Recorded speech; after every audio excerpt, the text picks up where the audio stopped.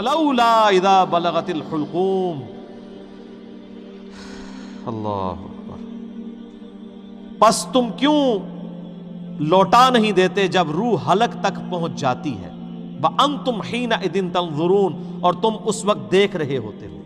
اللہ تعالیٰ ماتا ہے جب ایک بندہ نزع کے عالم میں ہوتا ہے تو اگر تمہارے اندر کوئی طاقت ہے تو روح دوبارہ ڈال دو نا اس میں. ہائے ہائے ہائے. اسی پاویں کہندے نے شیخ عبد القادر جیلانی نے انج کر کے روح کڈی پھر پا چھڑی مردہ زندہ کر لیا. او کہانی ہے بھائی.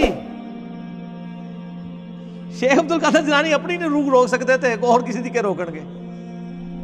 اللہ تعالیٰ ماتا ہے جب تم نزع کے عالم میں ایک مردے کے پاس بیٹھے ہوتے ہو اور اس کی روح نکل رہی ہوتی ہے تو کیوں نہیں ڈال دیتے دوبارہ. اب جس نے قرآن نہیں پڑھا گا اس کو تو وہ کہانیاں بڑی اچھی لگیں گی, سبحان اللہ ہی کہے گا نا. ہم سنیں گے تو ہم کہیں گے لعنت اللہ علی الکاذبین, جھوٹوں پہ اللہ کی لعنت. کیوں نہیں لٹا دیتے جب روح حلق تک پہنچ جاتی ہے. وَأَنْتُمْ حِينَئِذٍ تَنْظُرُونَ اور تم اس وقت بیٹھے دیکھ رہے ہوتے ہو. وَنَحْنُ أَقْرَبُ إِلَيْهِ مِنْكُمْ وَلَٰكِن لَا تُبْصِرُونَ اور ہم اس مرنے والے شخص کے تم سے بھی زیادہ قریب ہوتے ہیں لیکن تمہیں نظر نہیں آتے. ہائے ہائے ہائے ہائے. ہم اس وقت تم سے بھی زیادہ اس کے قریب ہوتے ہیں. نحن اقرب الیہ من حبل الورید. اللہ ہماری رگ جان سے بھی زیادہ ہمارے قریب ہے. اور ظاہر ہے موت کے وقت تو واقعی سب کچھ نظر آ جاتا ہے نا. انسان کو جو اہل جنت ہیں ان کو جنتی فرشتے نظر آتے ہیں. وہ آپ میرا عذاب قبر والا مسئلہ 117A اور B دیکھیں. اس کا جو B پورشن میں نے 17 حدیث کے ایک نیک بندے کی روح جب نکلتی ہے کس طرح فرشتے آ کے اس کو پروٹوکول دیتے ہیں, اس کو تو وہیں پتہ چل جاتا ہے سر. اور جو اہل جہنم میں سے اس کے ساتھ اس وقت کیا ہوتا ہے. تو واقعی اس کو جب فرشتے نظر آتے ہیں تو گویا وہ اپنے خدا کو دیکھ لیتا ہے. اس کی قدرتیں جو چھپی ہوئی تھی اس کے اوپر عیاں ہو جاتی ہیں. اللہ فرماتا ہے ہم تمہارے بھی زیادہ مردے کے قریب ہوتے ہیں اس مرنے والے کے. فلولا ان کنتم غیر مدینین پس اگر تم کسی کے پابند حکم نہیں ہو ترجعونہا ان کنتم صادقین تو تم مرنے والے کی روح کیوں نہیں لوٹا دیتے اگر تم سچے ہو. اگر تم سمجھتے ہو تم ہی عالی نال ہو اور تم اتنے متکبر ہو تو اس مرنے والے یعنی یہ سب سے بڑی مصیبت ہے.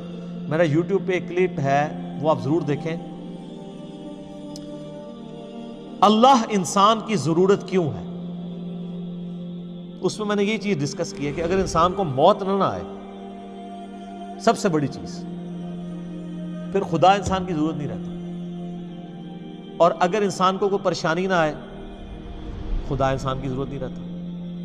یہ دو چیزیں اگر آپ کو عطا کر دی جائیں اور پریشانی میں آپ تیسری چیز کر لیں بڑھاپا یا یہ تنگ دستی سب کچھ, اگر آپ ہمیشہ خوشحال رہیں اور ہمیشہ زندہ رہیں تو سر خدا کی آپ کو ضرورت ہی نہیں ہے.